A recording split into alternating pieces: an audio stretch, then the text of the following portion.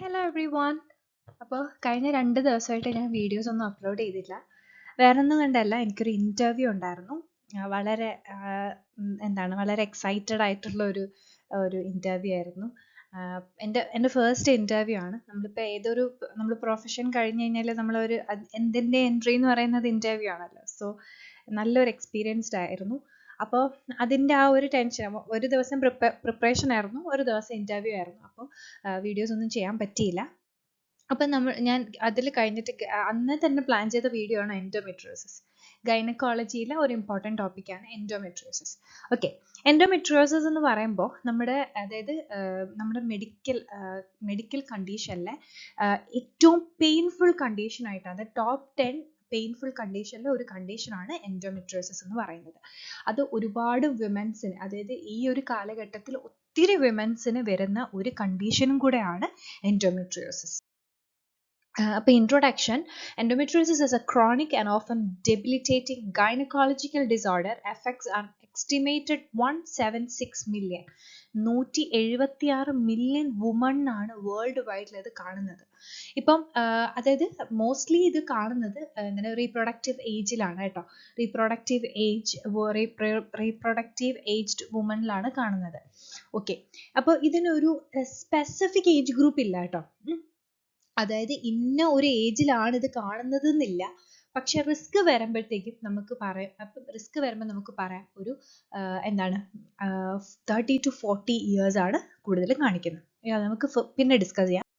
Definition is endometriosis is a chronic inflammatory gynecological disorder characterized by the growth of endometrial tissue outside the uterus and leading to pelvic pain, infertility and other symptoms. Okay, അതിനു മുമ്പ് endometrium എന്താണെന്നറിയാമല്ലോ. Endometrium ചെറിയൊരു definition, ഒരു overall idea പറഞ്ഞുതരാം. അപ്പോൾ endometrium എന്ന് പറയുന്നത് നമ്മുടെ യൂട്രസിൽ കാണുന്ന ഒരു ടിഷ്യൂ ആണ് അല്ലേ. അതായത് എൻഡോമെട്രിയം ഒരു ലെയർ ആണ്, നമ്മുടെ യൂട്രസിൽ കാണുന്ന ഒരു ലെയർ ആണ്.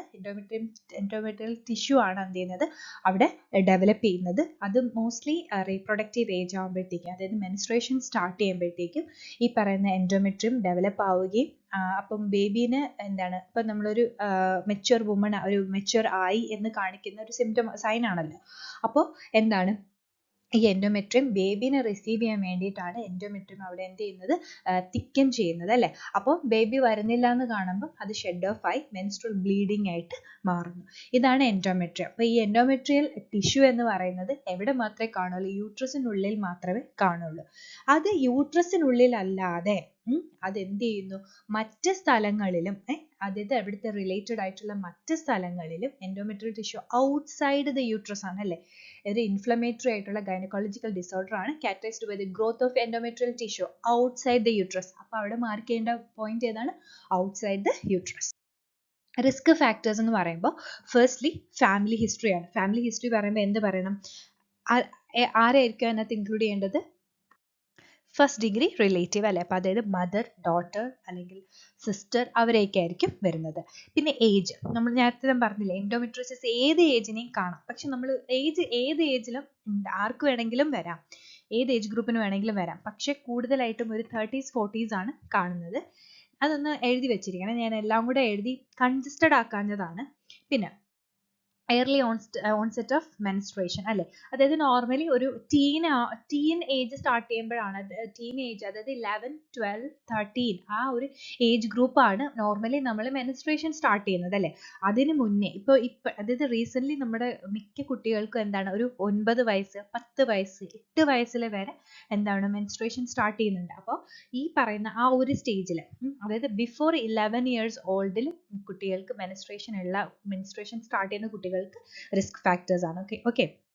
പിന്നെ ലേറ്റ് ഓൺസെറ്റ് ഓഫ് മെനോപോസ്. എന്താണ് ലേറ്റ് ഓൺസെറ്റ് ഓഫ് മെനോപോസ് എന്ന്? അതായത് മെനോപോസും ലേറ്റ് ആയിട്ട് വരുന്നത്. അതായത് ഇപ്പം നമ്മൾ പറയുന്നത് ഒരു 45 to 50 ഒക്കെയാണ് നമ്മൾ പറയുന്നത്. അപ്പം ഈ മെനോപോസ് ഒരു 52 വയസ്സ് കഴിഞ്ഞു പോയിട്ടും ആണ് ആകുന്നതെങ്കിൽ അതാണ് ലേറ്റ് മെനോപോസ്. പിന്നെ നള്ളിപ്പാരിറ്റി, അതായത് ഇതുവരെയും ഒരു കുഞ്ഞിനെയും ബർത്ത് ഉണ്ടായിട്ടില്ലാത്ത വിമൻ. അപ്പോൾ നമുക്ക് ആരെ കൂടുതൽ പറയാൻ പറ്റും, നമ്മൾ ഈ ക്രിസ്ത്യൻ പള്ളിയിലെ സിസ്റ്റേഴ്സ് ഇല്ലേ, അവരൊക്കെ റിസ്ക് ഗ്രൂപ്പ്സ് ആണ് കേട്ടോ. അത് ഞാൻ ഉദ്ദേശിച്ചെന്ന് പറഞ്ഞു കഴിഞ്ഞാൽ, കാരണം അവര് മാരി ചെയ്യുന്നില്ലല്ലോ. അപ്പോൾ അവർക്കൊക്കെ അതായത് നള്ളി പാരസ് ആയിട്ടുള്ള ആളുകൾക്ക് വരാനുള്ള ചാൻസ് കൂടുതലാണ്, അതാണ് ഉദ്ദേശിച്ചത്. ഓക്കെ. പിന്നെ ലോ ബോഡി മാസ് ഇൻഡെക്സ് അല്ലെ, ലോ ബോഡി മാസ് ഇൻഡെക്സ് എന്ന് ഇവിടെ ഉദ്ദേശിക്കുന്നത് എന്ന് വെച്ച് കഴിഞ്ഞാൽ വളരെ ലീൻ ആയിട്ടുള്ള ആളുകൾക്കും വരാനുള്ള ചാൻസ് വളരെ കൂടുതലാണ്. പിന്നെയാണ് സിലോമിക് മെറ്റപ്ലേഷ്യ. അതിനെ നമ്മൾ വേർഡ് എങ്ങനെ പ്രൊനൗൺസ് ചെയ്യുന്നത്? സിലോമിക് മെറ്റപ്ലേഷ്യ. ഓക്കെ. അപ്പോൾ സിലോമിക് മെറ്റപ്ലേഷ്യ നമ്മൾ ഇനിയും ഡിസ്കസ് ചെയ്യുന്നുണ്ട്. അപ്പോൾ ഇവിടെ നമുക്ക് അതൊന്ന് പറഞ്ഞു പോവാം.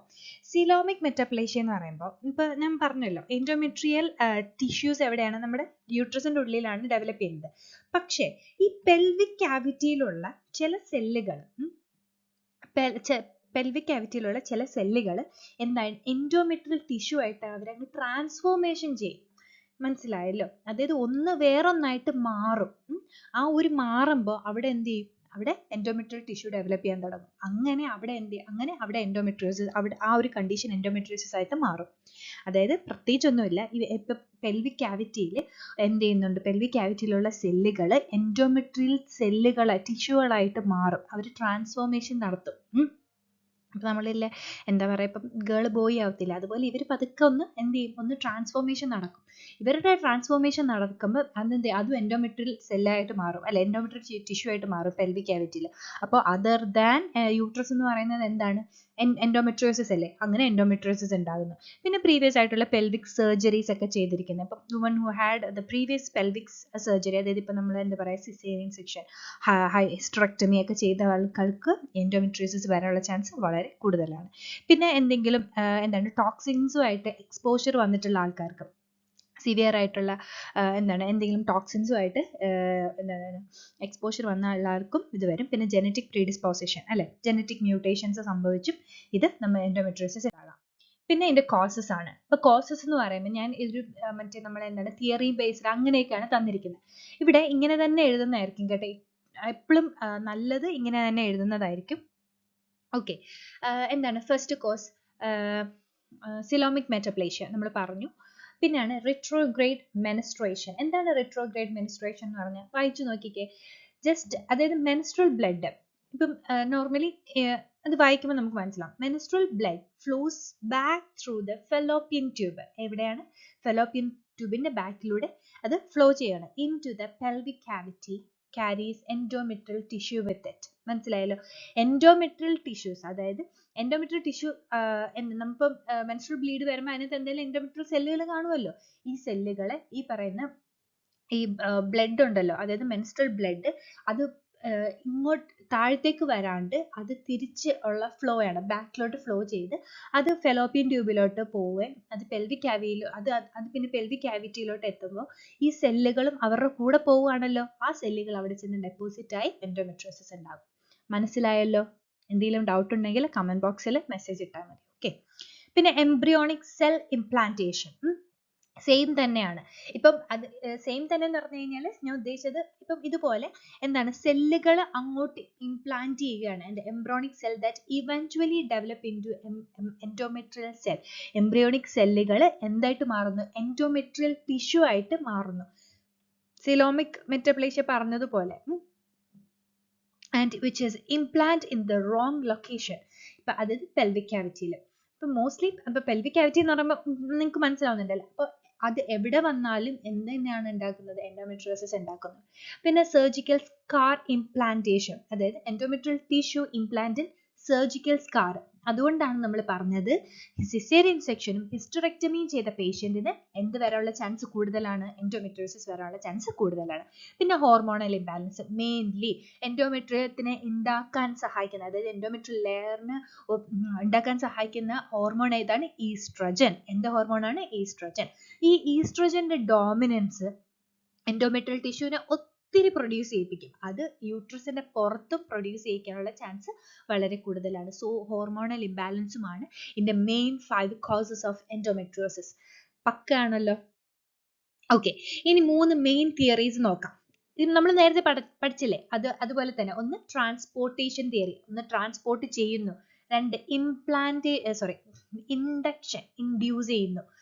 മൂന്നാമത്താണ് മെറ്റാപ്ലേഷ്യ. ഓക്കെ.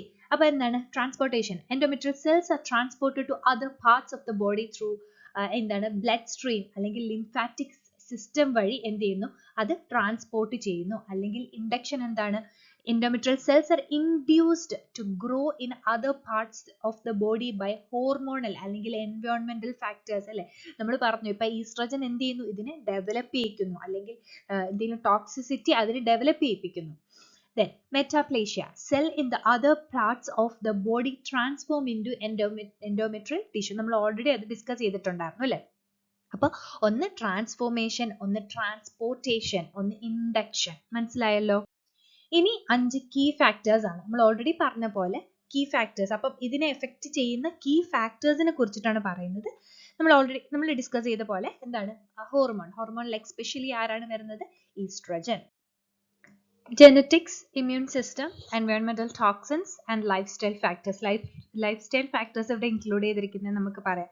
ഇപ്പൊ പ്രോപ്പർ ആയിട്ടുള്ള, നമ്മൾ പറഞ്ഞില്ലേ പ്രോപ്പർ ആയിട്ടുള്ള ഡയറ്റ് എടുക്കുന്നില്ല, BMI ഒരു ഫാക്ടർ ആണെന്ന് പറഞ്ഞല്ലോ, അത് ഓർത്ത് എഴുതിയാൽ മതി. ഓക്കെ, ഇതെന്ന് വെച്ചാലേ ഞാനൊരു ഹെഡിങ്ങിന് അണ്ടറിലാക്കാൻ വേണ്ടിയിട്ട് എഴുതിയ മെയിൻ ഫാക്ടേഴ്സ് നമ്മൾ പറഞ്ഞു, തിയറീസ് പറഞ്ഞു, പിന്നെ കുറച്ച് കീ ഫാക്ടേഴ്സും കൂടെ പറഞ്ഞു എന്നേ ഉള്ളൂ കേട്ടോ. അപ്പോൾ എന്താ നമുക്ക് എഴുതാൻ പറ്റുക, ഇപ്പം സ്ട്രെസ്, ഭയങ്കര സ്ട്രെസ്ഡ് ആയിട്ടുള്ള ആളുകൾക്കും ഇത് വരാനുള്ള ചാൻസ് വളരെ കൂടുതലാണ്. ഇനി ഇത് ഞാൻ ഇവിടെ മെൻഷൻ ചെയ്ത പത്തോളജിക്കൽ ചേഞ്ചസ് ആണ്. അത് മെൻഷൻ ചെയ്തിരിക്കുന്നതെന്ന് വെച്ച് കഴിഞ്ഞാൽ നിങ്ങൾക്ക് ഒരു ജസ്റ്റ് ഒരു അറിവിന് വേണ്ടിയിട്ടാണ്. നിങ്ങളത് എഴുതണം എന്ന് ഒരു നിർബന്ധവും ഇല്ല. പിന്നെ നിങ്ങൾക്ക് എഴുതാൻ പറ്റുവാണെങ്കിൽ എഴുതിയാൽ നല്ലത്, അത്രയേ ഉള്ളൂ കേട്ടോ. ഓക്കെ, ഫസ്റ്റ് പത്തോളജിക്കൽ ചേഞ്ചസ് എന്താണ്, എൻഡോമെട്രിയൽ ഇംപ്ലാന്റുകൾ നടക്കുന്നുണ്ട്. അതായത് എൻഡോമെട്രിയൽ ടിഷ്യൂസ് പോയിട്ട് പല അതായത് പെൽവിക് ക്യാവിറ്റിയിലും ചെന്ന് ഇംപ്ലാന്റ് ചെയ്യുന്നു. എന്നിട്ട് അവർ അവിടെ എന്ത് ചെയ്യുന്നു, അവിടെ ഇൻഫ്ലമേഷൻ ഉണ്ടാക്കുന്നുണ്ട് അല്ലേ. ഇൻഫ്ലമേഷൻ ഉണ്ടാക്കിയിട്ട് ക്രോണിക് ഇൻഫ്ലമേഷൻ ഉണ്ടാകുന്നു. അതായത് ഇപ്പം എന്താണ്, നമ്മുടെ ബോഡിയിൽ ഇൻഫ്ലമേറ്ററി റെസ്പോൺസ് വരുമ്പോൾ ആരാണ് പ്രൊഡ്യൂസ് ചെയ്യുന്നത്, സൈറ്റോകൈൻസ്. അതുപോലെ തന്നെ ഇമ്മ്യൂൺ സെല്ലുകളുടെയും ആക്ടിവേഷൻ നടന്ന് ഭയങ്കര ഇൻഫ്ലമേഷൻ നടക്കുന്നുണ്ട്. അതുപോലെ endometrial implant can cause scarring and adhesion in the surrounding tissue and leading to the chronic pain and infertility. So ഇത് വേണമെങ്കിൽ നമുക്ക് കോംപ്ലിക്കേഷൻ ആയിട്ട് ഇൻഫെർട്ടിലിറ്റി ആയിരുന്നു. ഞാൻ കോംപ്ലിക്കേഷൻ സ്ലൈഡ് ഇതിനകത്ത് ഇൻക്ലൂഡ് ചെയ്തിട്ടില്ല കേട്ടോ. ഓക്കെ, അപ്പം എൻഡോമെട്രിയൽ ഇംപ്ലാന്റുകൾ വരുന്നു, ഇംപ്ലാന്റ്സ് ഉണ്ടാക്കുന്നു, അത് ഇൻഫ്ലമേഷൻസ് ഉണ്ടാക്കുന്നുണ്ട്, അതുപോലെ തന്നെ സ്കാർ ടിഷ്യൂസ് ഉണ്ടാക്കുന്നുണ്ട്, പിന്നെ അതുപോലെ സിസ്റ്റ് ഫോർമേഷൻ നടക്കുന്നുണ്ട്. അതായത് ഈ എൻഡോമെട്രിയൽ ഇംപ്ലാന്റുകൾ വന്ന് അത് കൂടി ചേർന്ന് അവിടെ സിസ്റ്റ് ഉണ്ടാക്കുന്നുണ്ട്. ആ സിസ്റ്റ് ചിലപ്പം പൊട്ടിന്ന് വരാം അല്ലെ, which can rupture and cause plain inflammation and scarring. അപ്പൊ പിന്നെയും അതവിടെ ഒത്തിരി പ്രോസസ്സിങ് നടക്കുന്നുണ്ട്. അപ്പം ഇതൊരു സിമ്പിൾ കാര്യമല്ല എന്നാണ് അതിൻ്റെ അർത്ഥം. അതായത് അതൊരു അത്രയും പെയിൻഫുൾ ആയിട്ടുള്ള ഒരു തിങ് ആണെന്നാണ് ഞാൻ ഉദ്ദേശിച്ചത്. പിന്നെ അഡിനോമയോസിസ് ഉണ്ടാക്കും. നമ്മൾ അടുത്ത കണ്ടീഷനിലായിട്ട് പഠിക്കും കേട്ടോ അഡിനോമയോസിസ് എന്താണെന്ന്. അതായത് നമുക്ക് മസിൽസ്, അതായത് യൂട്രൈൻ ലെയേഴ്സിനെ കുറിച്ച് അറിയില്ല. അപ്പൊ അതിൽ മസിൽസിനെയാണ് എന്ത് ചെയ്യുന്നത്, ഇവർ infiltrate the uterine muscles and അങ്ങനെ അഡിനോമയോസിസ് ഉണ്ടാക്കുന്നുണ്ട് അല്ലെ. അപ്പോൾ അഡിനോമയോസിസ് ഇതിനേക്കാളും സിവിയർ ആണ്, കുറച്ചും കൂടെ സിവിയർ ആണ്. ഓക്കെ, ഇനി അതിന്റെ സിംറ്റംസ് നോക്കാം. മെയിൻ സിംറ്റംസ് എന്ന് പറഞ്ഞാൽ pain, bleeding, infertility, bloating and fatigue ആണ് കേട്ടോ. ഇതൊന്ന് നമുക്ക് എക്സ്പ്ലെയിൻ ചെയ്യാൻ അറിയാലോ. പെൽവിക് പെയിൻ ഉണ്ടാകും, ബ്ലീഡിങ് ഉണ്ടാകുന്നുണ്ട്, ഭയങ്കര ഇറഗുലർ മെൻസ്ട്രൽ ബ്ലീഡിങ് ആണ്. ഇപ്പോൾ ഡയറക്റ്റ്ലി എനിക്ക് ഒത്തിരി പേഷ്യൻറ്റുമായിട്ട് ഇങ്ങനെ എക്സ്പോഷർ കിട്ടിയിട്ടില്ല കേട്ടോ. എൻഡോമെട്രിയോസിസ് ഉള്ള പേഷ്യൻ്റായിട്ട് എക്സ്പോഷർ കിട്ടിയിട്ടില്ല. ഇനി ഒത്തിരി സ്റ്റോറീസ് ഞങ്ങളുടെ ഡോക്ടേഴ്സ് പറഞ്ഞു കേട്ടിട്ടേ ഉള്ളൂ. അതായത് ഒരു സിമ്പിളായിട്ട് ഒരു സ്റ്റോറി പറയാമെന്ന് വെച്ച് കഴിഞ്ഞാൽ, ഒരു പേഷ്യൻ്റ് അവർ വർഷങ്ങളായിട്ട് അവർക്ക് സിവിയർ ബ്ലീഡിങ് ഉണ്ട്. വർഷങ്ങളായിട്ട് അവർക്ക് ഭയങ്കര, അതായത് ഓവർ ബ്ലീഡിങ് ആണ്. പക്ഷെ അവർക്ക് വലിയ പെയിൻ ആദ്യമൊന്നും കുഴപ്പമില്ല, അവർ വലിയ കുഴപ്പമില്ല. ഇവർ അതായത് ലോ സോഷ്യോ എക്കണോമിക് സ്റ്റേറ്റസ് ഉള്ള ഒരു പേഴ്സൺ ആണ്. അത് ഞാൻ ഇത് എക്സ്പെഷ്യലി പറയാനുള്ള കാരണം എന്ന് പറഞ്ഞു കഴിഞ്ഞാൽ, അവർക്ക് ഇതിനെ പറ്റിയുള്ള നോളജ് ഇല്ല. എന്താന്ന് വെച്ച് കഴിഞ്ഞാൽ അവർ വിചാരിച്ചിരിക്കുന്നത് ബ്ലീഡിങ്ങിൻ്റെയോടൊപ്പം പെയിൻ വരുന്നത് നോർമൽ ആണെന്ന് വിചാരിച്ച് വർഷങ്ങളോളം അവരത് വെച്ചോണ്ടിരുന്നു. അതായത് പെയിൻ കൂടിയിട്ടും ഇവരൊന്നും അതിനെപ്പറ്റി എടുത്തില്ല. അവസാനം പെയിൻ സഹിക്കാൻ പറ്റാതെ, അത് അത്രയും ബ്ലീഡിങ്ങും പെയിനും സഹിക്കാൻ വയ്യാതെ അവർ വന്ന് സ്കാൻ ചെയ്ത് നോക്കിയപ്പോഴത്തേക്കും കംപ്ലീറ്റ്ലി പേഷ്യൻറ്റിന് എൻഡോമെട്രിയോസിസ്, അതായത് ഒത്തിരി സ്ഥലങ്ങളിൽ എൻഡോമെട്രിയോസിസ് ഉള്ളതായിട്ട് കാണുകയും അതിന് പിന്നെ ഫെർദർ ആയിട്ടുള്ള ട്രീറ്റ്മെൻറ്റ്സിന് അതായത് ഒത്തിരി കാശാവും അങ്ങനെയൊക്കെ പറഞ്ഞപ്പോൾ തന്നെ പുള്ളിക്കാരത്തി ഡൗൺ ആയി. പക്ഷെ അതൊരു ഗവൺമെൻറ് ഹോസ്പിറ്റലാണ്. അപ്പം അന്ന് ഞങ്ങൾ നിന്നത് ഗവൺമെൻറ് ഹോസ്പിറ്റലാണ്. പക്ഷെ അവർ ഗ്രാജുവലി അവർക്ക് ആദ്യമേ മെഡിക്കേഷനൊക്കെ കൊടുത്ത് ഒന്ന് സബ്സൈഡ് ചെയ്തതിന് ശേഷം സർജറിക്ക് എന്തോ പ്ലാൻ ചെയ്തു. കാരണം പേഷ്യൻറ്റിന് അത്രയും ദേഹത്തിന് സഹിക്കാൻ പറ്റുന്നില്ല. അപ്പോൾ ഡോക്ടേഴ്സ് തന്നെ വണ്ടറായിപ്പോയി. കാരണം ഇത്രയും സ്പ്രെഡായിട്ടും അവർ അത് എന്തുകൊണ്ട് ഇത്രയും നല്ലതൊരു പിടിച്ചു നിന്നല്ലോ എന്ന് ഓർത്തിട്ടുള്ള ആ ഒരു ഇതാണ് കേട്ടോ. അപ്പോൾ അത്രയും പെയിൻഫുൾ ആയിട്ടുള്ള ഒരു കണ്ടീഷനാണ് എൻഡോമെട്രിയോസിസ്. പിന്നെ secondary changes dyspareunia, dysuria, bowel symptoms, mood changes and other symptoms like headache, nausea, vomiting and other symptoms അല്ലേ. അതായത് എൻഡോമെട്രിയോസിസ് റിലേറ്റഡ് ആയിട്ടുള്ള മറ്റുള്ള എല്ലാ സിംറ്റംസും കാണിക്കും. പിന്നെ 4 സ്റ്റേജ് ഉണ്ട്. Mild, moderate, severe and debilitating symptoms. അതായത് സിവിയർ ഹൈ ലെവൽ ആണ് അല്ലേ. ഇതിപ്പോൾ ഞാൻ ജസ്റ്റ് സ്റ്റേജസ് ആയിട്ട് പറയുന്നുണ്ട്. പക്ഷെ ഞാൻ അതിനകത്തൂടെ സ്റ്റേജ് സെപ്പറേറ്റ് ആക്കാതെ സിംറ്റംസ് വച്ച് ഇവിടെ അങ്ങ് എഴുതിയെന്നേ ഉള്ളൂ. അത് നമ്മൾ നേരത്തെ പറഞ്ഞതുപോലെ അത്രയും തന്നെ ആ ഒരു സിംറ്റംസ് അതിനകത്ത് പറയുന്നുള്ളൂ. അതിനെ ഒന്ന് സ്റ്റേജസ് ആയിട്ട് ഡിവൈഡ് ചെയ്തിട്ടുണ്ടെന്നേ ഉള്ളൂ. പിന്നെ ഡയഗ്നോസ്റ്റിക് ഇവാലുവേഷൻസ്, ഹിസ്റ്ററി എടുക്കുക, ഫിസിക്കൽ എക്സാമിനേഷൻ, കൂടുതലും നമ്മൾ ഇമേജിംഗ് സ്റ്റഡീസിലായിട്ടാണ് കൂടുതലും പോകുന്നത് കേട്ടോ. ലാപ്രോസ്കോപ്പി, ബയോപ്സി ഒക്കെ നമ്മൾ ചെയ്ത് നോക്കും. പിന്നെ ലാപ്രോസ്കോപ്പി തന്നെ ഡിഫറെൻറ്റ് ലാപ്രോസ്കോപ്പി ഉണ്ട് അല്ലേ. ഡയഗ്നോസ്റ്റിക് ലാപ്രോസ്കോപ്പി ഉണ്ട്, ഓപ്പറേറ്റീവ് ലാപ്രോസ്കോപ്പി ഉണ്ട്, റോബോട്ടിക് ലാപ്രോസ്കോപ്പി ഒക്കെ ഉണ്ട്. പിന്നെ ലാബ് ടെസ്റ്റ് എന്ന് പഠിച്ചു വെച്ചു CA-125. അതായത് ഈ എൻഡോമെട്രിയോസിസ് ഉള്ള പേഷ്യൻറ്റിന് നമ്മൾ CA-125 എന്താണ് ഇത് നമ്മൾ ഡിഫൈൻ ചെയ്തൊന്ന് പഠിക്കണം. നിങ്ങൾ ജസ്റ്റ് ഇതൊന്ന് എഴുതി വെച്ചിരുന്നാൽ മതി അറ്റ്ലീസ്റ്റ്. ഓക്കെ. പിന്നെ ഹോർമോൺ ലെവൽ നോക്കുക. ആരെയാണ് നോക്കേണ്ടത്? ഈസ്ട്രോജൻ. പിന്നെ ഇൻഫ്ലമേറ്ററി എന്താണ് മാർക്കേഴ്സ് നോക്കുക. ആരെ നോക്കും? നമ്മൾ CRP നമ്മൾ നോക്കും. അത് ഓൾറെഡി പറഞ്ഞു ഇൻഫ്ലമേഷൻ ഉണ്ടാവുന്നു. പിന്നെ CBC നോക്കും. പിന്നെ യൂറിൻ അനാലിസിസ് ചെയ്യും. അതെന്ന് വെച്ച് കഴിഞ്ഞാൽ യൂറിനറി ട്രാക്ട് ഇൻഫെക്ഷൻസ് ഒക്കെ ആയോ, അവിടെ ഇൻഫ്ലമേഷൻസ് ആയോ എന്നൊക്കെ അറിയാൻ വേണ്ടിയിട്ട് നോക്കും. മാനേജ്മെന്റ്, ഫസ്റ്റ് മാനേജ്മെന്റ് ഓർക്കുക. The first management is hormonal therapy. അതായത് ബർത്ത് കൺട്രോൾ പില്ല് ഉണ്ടല്ലോ, അതാണ് നമ്മൾ കൊടുക്കുന്നത്. പ്രൊജസ്ട്രോൺ. എന്താ കൊടുക്കുന്നത്? പ്രൊജസ്ട്രോൺ ആണ് നമ്മൾ കൊടുക്കുന്നത്. കാരണം എന്ന് പറഞ്ഞു കഴിഞ്ഞാൽ ഇവിടെ ഈസ്ട്രോജൻ പ്രൊജസ്ട്രോണിന്റെ ലെവൽ മെയിൻറ്റെയിൻ ചെയ്യണ്ടേ. അല്ലെങ്കിൽ gonadotropin releasing hormone agonist to reduce the oestrogen level and slow the endometrial growth. Okay. Then pain management. Pain management കൊടുത്തല്ലേ പറ്റുള്ളൂ. NSAIDs, anti inflammatory drugs, opiates ഒക്കെ കൊടുക്കും. പിന്നെ നമ്മൾ ഹോർമോണൽ IUD ആണ് ഇടുന്നത്. എന്താണ് ഹോർമോണൽ IUD? അതായത് പ്രൊജസ്ട്രോൺ റിലീസ് ചെയ്യുന്ന IUDs ഇടും. അപ്പോൾ മറ്റതുപോലെ തന്നെ ഇതൊരു ഹോർമോൺ തെറാപ്പി പോലെ തന്നെയാണ്. പിന്നില്ലേ ഇപ്പൊ പറഞ്ഞപ്പോഴാണ് ഓർത്തത്, നിങ്ങൾ എൻ്റെ ചാനൽ ഒന്ന് സബ്സ്ക്രൈബ് ചെയ്തിരിക്കണേ. ഇത് വീഡിയോ യൂസ്ഫുൾ ആയിട്ടുണ്ടെങ്കിൽ ചാനൽ സബ്സ്ക്രൈബ് ചെയ്യാൻ മറക്കണ്ട കേട്ടോ. ഓക്കെ. അപ്പോൾ ഹോർമോണൽ IUDസും കൂടെ ഹോർമോണൽ IUDസ് നമ്മൾ എന്ത് ചെയ്യും? മെൻസ്ട്രൽ ബ്ലീഡിങ്ങും പെയിനും ഒക്കെ കൺട്രോൾ ചെയ്യാൻ വേണ്ടിയിട്ട് കൊടുക്കും. പിന്നെ സർജിക്കൽ മാനേജ്മെന്റ് നമുക്ക് ചെയ്യാം. ലാപ്രോസ്കോപ്പിക് സർജറി ചെയ്യാം, ഹിസ്റ്ററക്ടമി ചെയ്യാം, അല്ലെങ്കിൽ എൻഡോമെട്രിയൽ അബ്ലേഷൻ നമ്മൾ ചെയ്യും. ഓക്കെ ആണല്ലോ. എൻഡോമെട്രിയൽ അബ്ലേഷൻ മീൻസ് നമ്മുടെ എൻഡോമെട്രിയൽ ലൈനിങ്ങിന്, അതായത് പ്രൊസീജിയർ ടു ഡിസ്ട്രോയ് ആണ്. ഡിസ്ട്രോയ് ദ എൻഡോമെട്രിയൽ ലൈനിങ് ആണ്. അങ്ങനെ മെൻസ്ട്രൽ ബ്ലീഡിങ്ങും പെയിനും കുറയ്ക്കാൻ. പിന്നെ നമ്മൾ നോർമലി ലൈഫ് സ്റ്റൈൽ മോഡിഫിക്കേഷൻ പറഞ്ഞ പോലെ തന്നെ ഡയറ്ററി ചേഞ്ചസ്, അതായത് ഇൻക്രീസ് omega-3 ഫാറ്റി ആസിഡ്സ്. അതിനകത്ത് എക്സാമ്പിളൊക്കെ ഓൾറെഡി ഒരു വീഡിയോസിൽ ചെയ്തിട്ടുണ്ട്. പിന്നെ എക്സസൈസ്, സ്ട്രെസ് മാനേജ്മെന്റ് ഒക്കെ നമ്മൾ ഫോളോ അപ്പ് ചെയ്യുക. പിന്നെ നഴ്സിംഗ് ഡയഗ്നോസിസ് എന്താണ്? ഞാൻ വീഡിയോ കുറച്ച് ലോങ് ആയതുകൊണ്ട് അറിയാവുന്ന കാര്യങ്ങൾ പെട്ടെന്ന് പറഞ്ഞു പോകണമെന്നേ ഉള്ളൂ കേട്ടോ. Acute pain, anxiety, fatigue, sexual dysfunction അത് എഴുതണം. കാരണം എന്ന് പറഞ്ഞാൽ സെക്ഷൽ ഡിസ്ഫങ്ഷൻ ഉണ്ടാകും കേട്ടോ. ഡെഫിനറ്റ്ലി പേഷ്യന്റ് അന്ന് വന്ന പേഷ്യന്റിനും ഇതേ പ്രോബ്ലം ഉണ്ടായിരുന്നു. പിന്നെ deficient knowledge, then constipation, urinary retention. Constipation എന്തുകൊണ്ടാണെന്ന് മനസ്സിലായല്ലോ. കാരണം ഹോർമോണൽ ചേഞ്ചസും സിവിയർ ഇൻഫ്ലമേഷൻ ഒക്കെ നടക്കുമ്പോഴത്തേക്കും പേഷ്യന്റിന് അതായത് അവർക്ക് ഒന്നുകിൽ ഫുഡ് ഇൻടേക്ക് കുറയും, അതുപോലെ തന്നെ അവർക്ക് എന്ത് ചെയ്തില്ല, പ്രോപ്പറായിട്ട് ഡെഫിക്കേഷൻ പറ്റത്തില്ല. Urinary retention, sleep disturbances, depression and social isolation.